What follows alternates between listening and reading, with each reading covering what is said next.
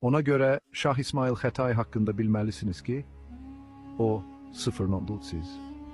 O sıfırdan bir imperiya kuran adam idi. Şah İsmail Xətai yeniyetmə yaşlarında müxtəlif tayfaları birleştirip 16. əsrin əvvəllərində Səfəvi imperiyasının təməlini qoyub. O təkcə hökmdar değildi, həm də şair və döyüşçü idi. Şah İsmail az yaşamasına, vaxtının çoxunu dövlət işlərinə sərf etməsinə baxmayaraq, zəngin və çox cəhətli bir irs yaratmışdır. Onun hakimiyyəti dövründə Azərbaycan dili nəinki hakim ədəbi dilə çevrilmiş, eyni zamanda dövlət dili səviyyəsinə yüksəlmiş, diplomatik yazışmalarda istifadə olunmuşdur.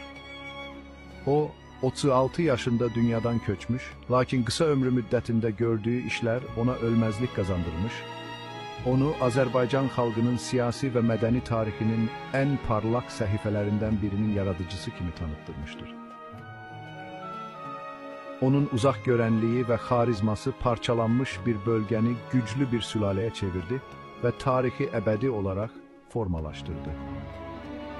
Növbəti dəfə uşaqlarınıza qəhrəmanlıq nağıllarından danışanda Şah İsmail Səfəvidən, əfsanəyə çevrilən bu insandan danışın.